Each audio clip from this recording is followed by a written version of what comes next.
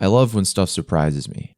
When I heard that they were adapting The Witcher to Netflix with Henry Cavill as the lead, I was sure that it was going to be complete dog shit. Think about it. Video game adaptation? I know it's a book first, but still. Fantasy show? How many of those do you know besides Game of Thrones that were successful? So when I turned on the first episode of The Witcher, I did so knowing that I probably wouldn't enjoy it. And God, do I love being wrong about this shit.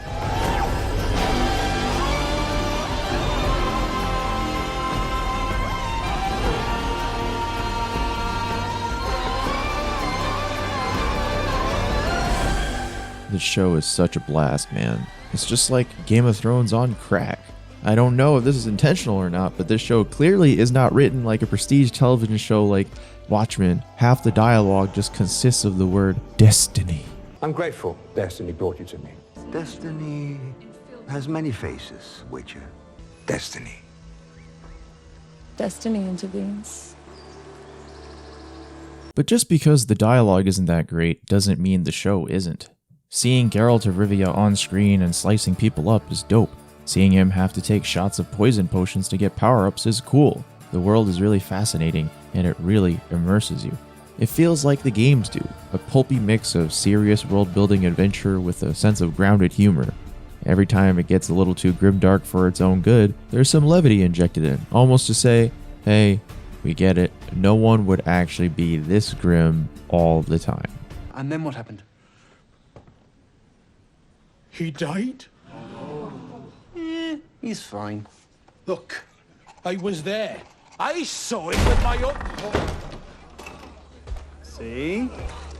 For me, the show absolutely rides on both Geralt and Jaskier. When they're together, the show flows in just the right way. I think that Yennefer's story is compelling, but depending on the episode, sometimes she can be a bit boring.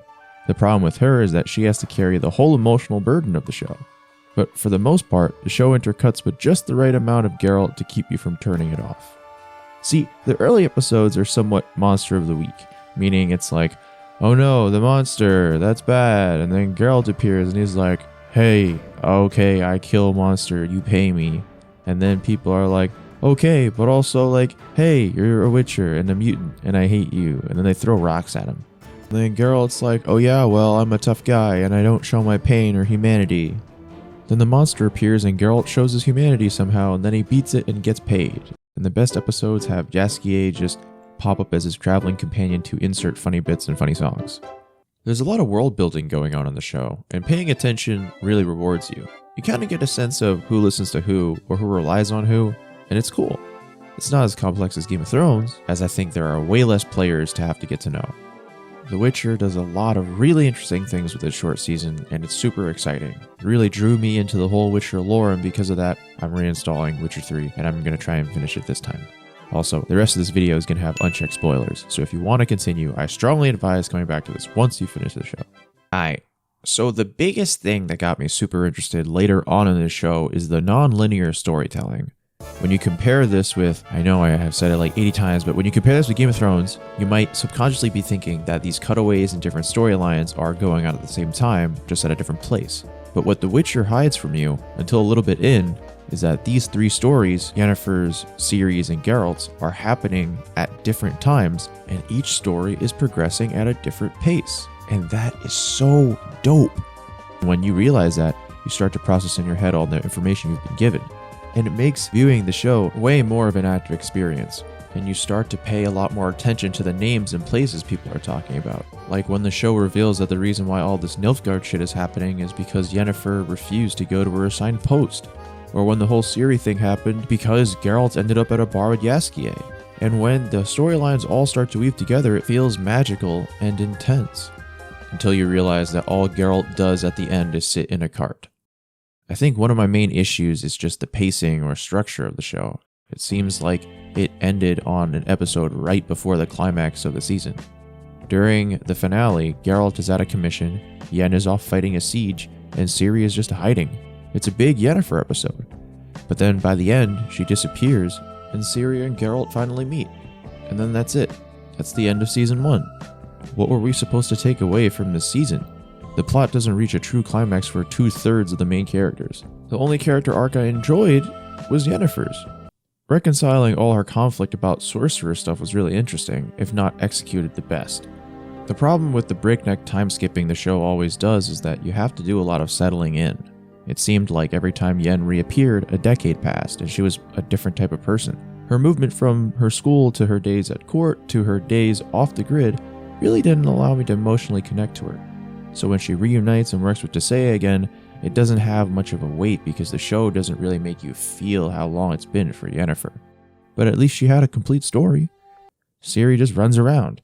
Her storyline isn't super compelling because all she does is go away from the same night and realize that her position in this world isn't the best. It isn't fun to watch and it doesn't make her a moving character.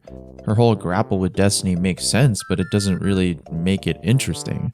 Looking back, it didn't really seem like her time on the show was used well. She learns the same lesson like 3 times, and what's the point of these forest people anyway? Ciri just does all this to reach Geralt.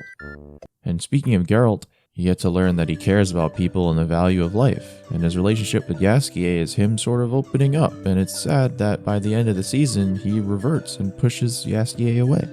That seemed to be his story's climax, because again, he spends the season finale in a cart hallucinating about his mom, who was not brought up at all before. Also, shout out to the MVP of this series, Jaskier. I need more of him on the show. His grounded humanity and hilarious chemistry with Henry Cavill make him a must. No one brings out more from Geralt than him. Give this man a raise and more appearances. In fact, just put him in the logo of the show. And just more Jaskier. Please.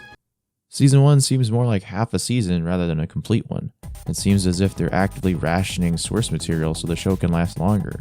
It's one of those problems that I have with some shows where they aren't so concerned with making a satisfying, wrapped-up single season. If The Witcher wasn't renewed, the show would not be satisfying at all. Instead, we have the showrunner saying something about having enough material for 7 seasons. It's the exact opposite problem as Watchmen, which was made for 1 season and probably won't get another with the same cast and crew. Maybe I'm just not optimistic about Netflix originals lasting for longer than 3 seasons, but hopefully we get something more substantial for the next one. I'm usually not super caught up in when the next season of a show comes on, but the show is fascinating in both the show itself and its production. See, Henry Cavill is a big name. He's a movie star. He's Superman. He's in Mission Impossible. He's definitely a really busy guy. And with that, shooting in Eastern Europe and the extensive CGI, the show must take a lot to make in terms of both scheduling and actual time. Apparently season 2 is dropping sometime in 2021, and if this show continues at this pace, I'm gonna die because 8 hours every other year is just not enough Witcher. I think momentum is everything. I like to bring up One Punch Man, Attack on Titan, and Westworld as examples. When those series came out, they basically ruled the world, but they took years to make the next seasons of those shows, and I think that heavily reduces the excitement and momentum of their fan bases. I just don't see Netflix being that patient, especially when this show must have a massive budget. I'm not saying that the Witcher crew needs to rush production, but I think that this show is really, really cool, and I hope that they can make a nice story and not get canceled. TLDR, watch The Witcher if you're into pulpy fantasy stuff. Stay cool and stay fleshy.